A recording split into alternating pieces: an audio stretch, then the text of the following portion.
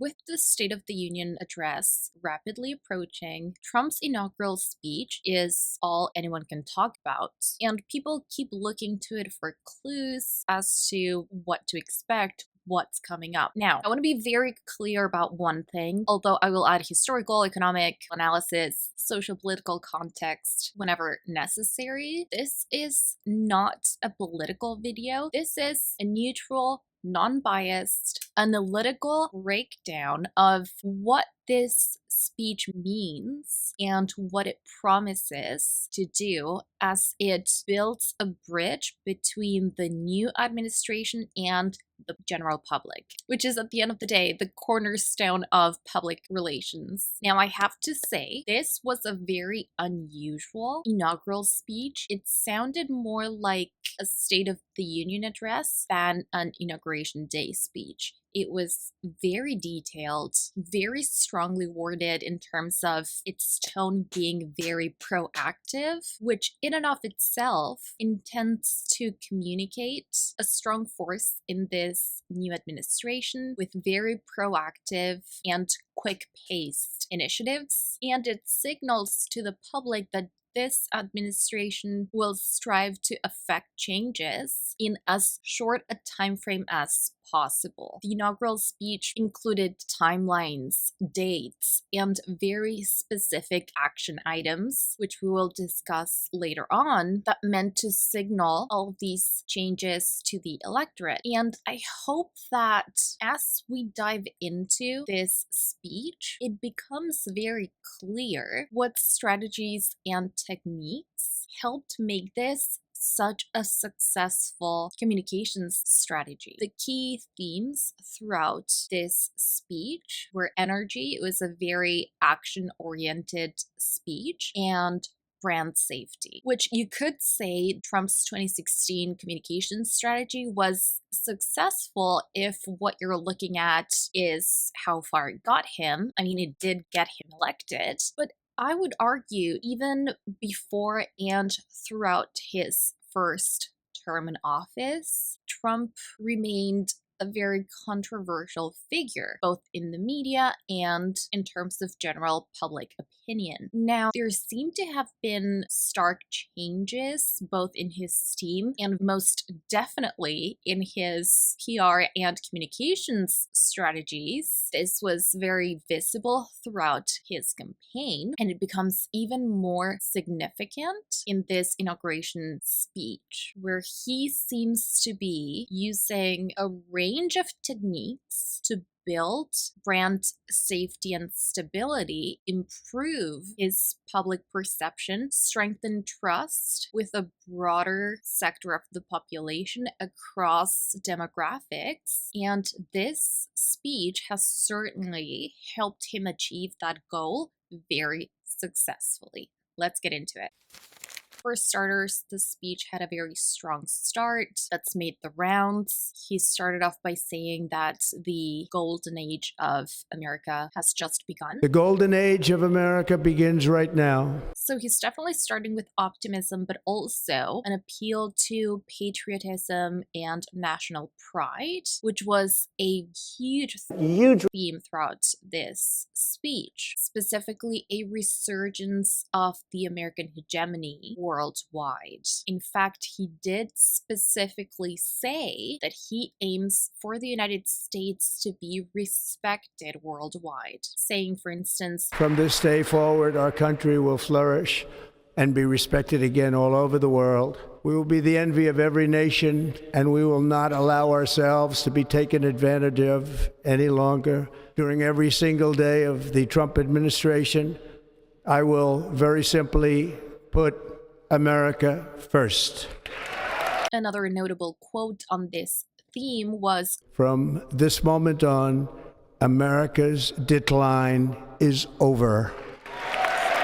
Now, throughout this speech, he brought up several challenges that he sees as the key challenges to be addressed by his incoming administration. And the first one that he tackled was essentially a crisis of trust. He described a corrupt establishment that essentially extracts wealth from its citizens for self-serving purposes, leaving a weakened state or a weakened government that therefore is unable to face crises or challenges as they come up. And he, of course, mentioned or made reference to Hurricane Helene in North Carolina and the LA fires as examples. He also talked about the public health system, and he described the education system as one of the means or one of the ways in which the government has so far enabled its own people to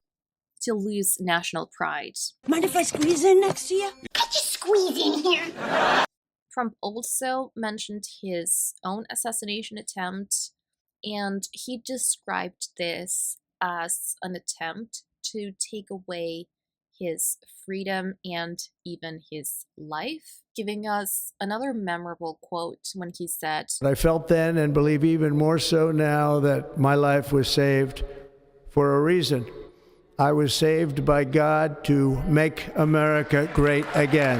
Now, as I mentioned at the beginning of the video, a big theme throughout this speech is brand safety. One of the ways in which he tackled this was by reinforcing a call for national unity. He specifically called for prosperity in the United States for people of every race, religion, color, and creed. He mentioned his campaign received increased support from every demographic. In fact, he specifically thanked Black and Hispanic communities for their support in getting him elected, what he called or described as an outpour of love, support, and trust. And very interestingly, he also acknowledged MLK Day. It was Martin Luther King's day on the day of the inauguration. And he not only acknowledged it, but he acknowledged his dream by saying, But in his honor, we will strive together to make his dream a reality. We will make his dream come true.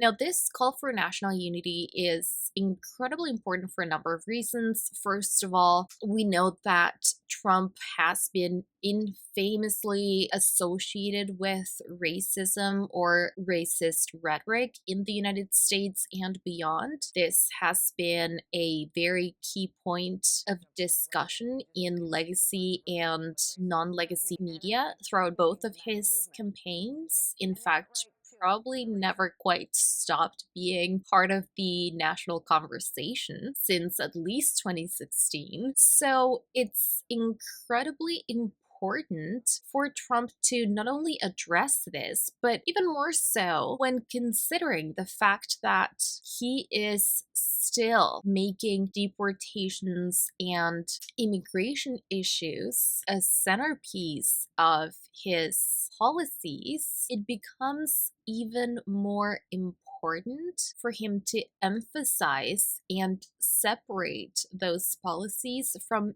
any interpretation or perception of racism, which he actually managed to do very effectively by preemptively emphasizing his support of people of every race, nationality, religion, and creed in the same speech before later on discussing issues of immigration. This was an excellently planned out communications campaign in setting up his policies in such a way that they cannot be misinterpreted or misrepresented as having anything to do with racial or cultural underlying stereotypes or motivations. Now, whether people or the audience believes that, that's a different topic and one that I am not here to address or opine on in any way. But from a communications perspective, this was an excellent strategy. Also, I apologize if I sound a bit nasally. I am a bit under the weather. So Trump made this call for national unity and emphasized respect for diversity and inclusion right before moving on to a series of historic executive orders, including a declaration of national emergency in the southern border. Trump mentioned that he would be invoking the Alien Enemies Act of 1798 to direct both federal and state law enforcement to support this operation. And he also followed other world leaders in designating cartels as foreign terrorist organizations. Now, something interesting in his description of his executive orders is that Trump described them as a series of historic executive orders. With these actions, we will begin the complete restoration of America and the revolution of common sense. It's all about common sense. This is interesting because it echoes the Canadian Prime Minister candidate Pierre Poilievre and his campaign slogan of bringing back common sense. And this is, of course, not the first time this happens. There's a long history of Canadian and American political parties basically borrowing each other's slogans. Pierre Poilievre has in turn recently started talking about Canada first, similarly echoing President Trump's use of the American First policy. And in recent years, we've seen a lot of Democrat leaders like Nancy Pelosi and even presidential candidate Kamala Harris using the slogan, "Our diversity is our strength, our unity is our power," which was very reminiscent of the Trudeau slogan, diversity is strength, which he had been using since at least 2016 when he stepped into national politics. And it's also a slogan that has been very popular and effective in Canada as he kept reusing it and it remained at the center of his re-election bids and strategic communications throughout the years.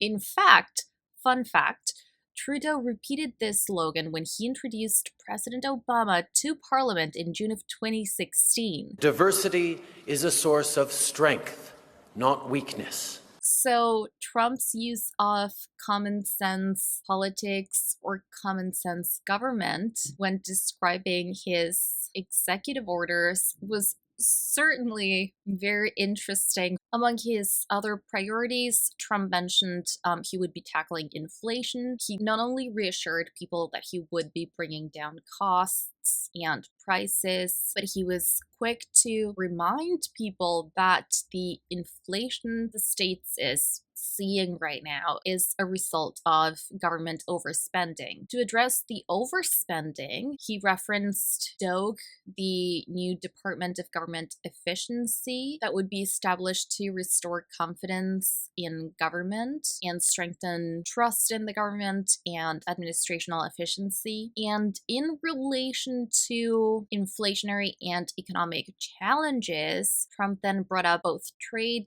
and energy. On energy, he said he would be declaring a national energy emergency to end the Green New Deal and that he would be revoking the electric vehicle mandate so that Americans can choose to buy the vehicle of their choice. He referenced he would be supporting resource extraction. We will drill, baby, drill. And then on trade, he, of course, brought up the issue of tariffs, which he's been talking about for quite some time now. He said, quote, "I will immediately begin the overhaul of our trade system to protect American workers and families." He talked about creating an external revenue service to collect all tariffs and revenues and duties from foreign countries. And he closed this off by saying, "The American dream will soon be back and thriving like never before. Now, if you've seen my previous video, you will notice that this echoes RFK Jr.'s campaign, talking about the American dream. I grew up in an America that seemed to have achieved its promise as an exemplary nation. And single income families, housing affordability, and affordability in general. Working Americans could provide for their families on a single salary. They could buy a home, raise a family, save for retirement without mountains of debt. I also want to point out that the MLK Day reference was very interesting on two accounts. One of them, how it naturally strengthens this new branding strategy that places more of an emphasis on national unity, but also, if you've seen my other video, and I don't know if it would be up yet, if it is, I'll be linking it right here, but in synchronicity with the First Lady's symbolic references, this would be a subtle reference to the forthcoming declassification of the MLK assassination files, as well as JFK and RFK Sr. Now, another topic throughout this speech was freedom of speech. Trump mentioned that he would be signing an executive order to immediately stop all government censorship and bring back free speech to the United States. He also called out the undue use of power to persecute political opposition. He specifically said, quote, "Never again will the immense power of the state be weaponized to persecute political opponents," end quote. Now, what's interesting about this is that the way he opened this section of his speech, he specifically referenced freedom of expression rather than freedom of speech. Now, the reason this is notable is that the legal protection for freedom of speech in Canada under the Canadian Constitution, laws, and the Charter of Rights and Freedoms, it is known or referred to as freedom of expression, unlike in the United States, where the Constitution protects freedom of speech. Now, Trump has recently said multiple times on different occasions that he intends to or would like to incorporate Canada as a 51st state of the United States for several reasons, primarily national security purposes and potentially resources and access to the Arctic. He has also said this, for instance, about Greenland and the Panama Canal. While at first a lot of people weren't necessarily taking it seriously because it does seem such a novel idea, and even the media was interpreting it as a jest at the beginning, as the comments have continued over time, they even reiterated after the inauguration speech, both the media and political leaders in Canada have started to take these comments more seriously, some even going as far as to call them threats. So, in this context, while it is unclear whether President Trump used that specific wording as an inconsequential synonymous phrase, or whether there was some deeper meaning, it is interesting that in talking about freedom of speech, he used the specific phrasing of the Canadian equivalent. But as I said, it is unclear whether it had more intentional or symbolic meaning. Now, with that out of the way, Trump also mentioned the importance of law and order. Now, that is in line with his previous administration messaging, but he specifically called for the need to restore fair, equal, and impartial justice. Trump also talked about rebuilding military strength, saying, for instance, that he would like the United States to have the strongest military in the world. But very interestingly, in a nod to the growing anti-war movement and, for instance, RFK Jr.'s calls to end the military-industrial complex and the forever wars throughout his campaign as an independent candidate before endorsing and joining Trump's camp. The president specifically said that military success in the United States would be measured by the wars avoided as much as those won. We will measure our success not only by the battles we win, but also by the wars that we end, and perhaps most importantly, the wars we never get into.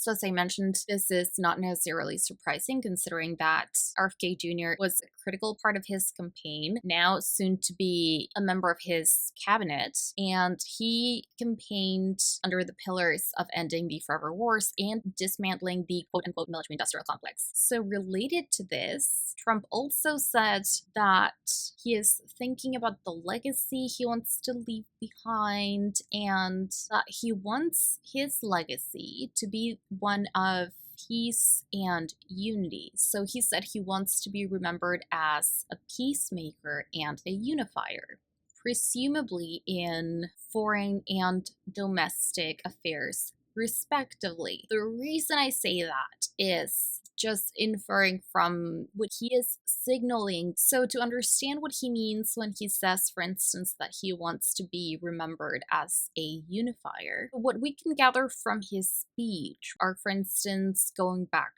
to his special mention of Black and Latin American communities, which points to the fact that he wants to empower those communities, particularly economically. As he mentioned, he vowed to bring back hope, safety, and prosperity for citizens of, quote, every race, religion, color, and creed, end quote. He also highlighted the importance of impartial justice for all, as I mentioned before, and he acknowledged Martin Luther King's Day, which was a very meaningful and unifying sentiment to entrench into his inauguration speech. In fact, in his closing remarks, he mentioned, quote, we are one people, one family, and one glorious nation under God, end quote. Now, with respect to foreign affairs, the reason we can gather his role as peacemaker may be a reference to his approach to foreign affairs is that Trump very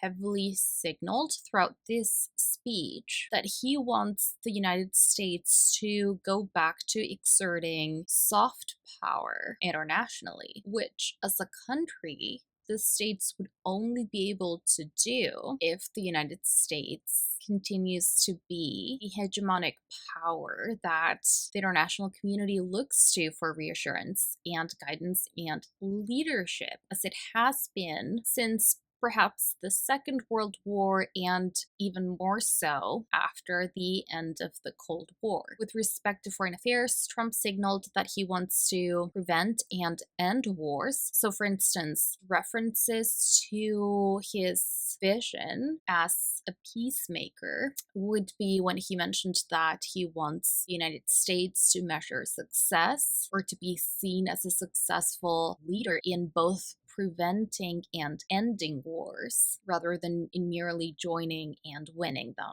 which is reminiscent of the soft power that the United States exerted specifically throughout the post-Cold War era of American hegemony. Now, this hegemonic power is also most likely what he means when he references that America is going back to its golden age. The other clue from his speech that signals that Trump is shifting towards America's use of soft power is his mention of changes to the American education system as a means to promote national pride and a strong national identity. If we think back to the prime years of American cultural hegemony, while globalization played a big role in making America the global standard and world leader, there also were strong policies and programs nurturing a strong sense of American pride and patriotism from Hollywood to Washington,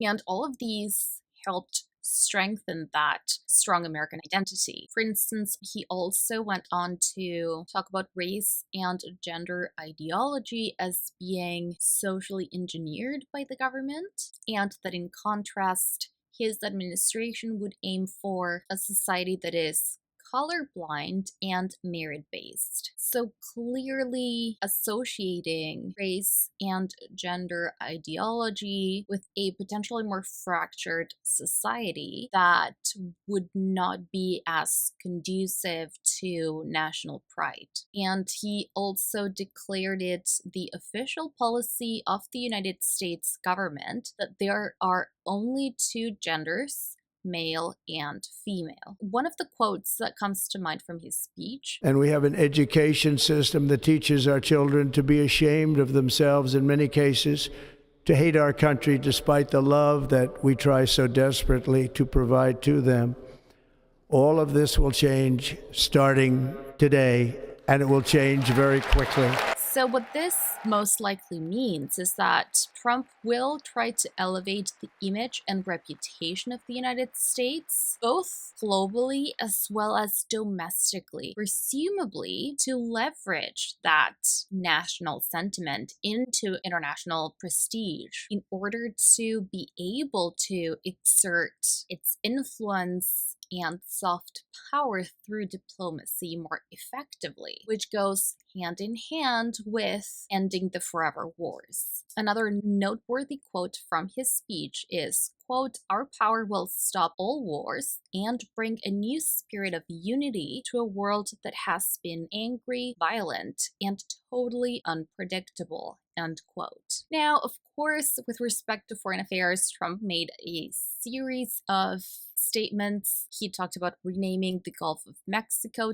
to Gulf of America. He also talked about the Panama Canal, reiterating previous claims that he wants to undo the Carter deal that gave ownership of the Panama Canal to the country of Panama. He called this a foolish gift, and he dropped some clues as to his administration's strategy to take back ownership of the canal, which was unprecedented. Namely, he stated that the country of Panama broke its promise to the United States, probably referencing concerns over Chinese foreign influence, which many have already claimed would pose a threat to US national security. Another big clue that he dropped was in how he described the treaty Carter signed with Panama. Trump stated, quote, "The purpose of our deal and the spirit of our treaty has been totally violated," end quote. So that's where the grounds for a legal challenge would be coming from, or at least part of it, as treaties and other legally binding agreements are often interpreted both based on the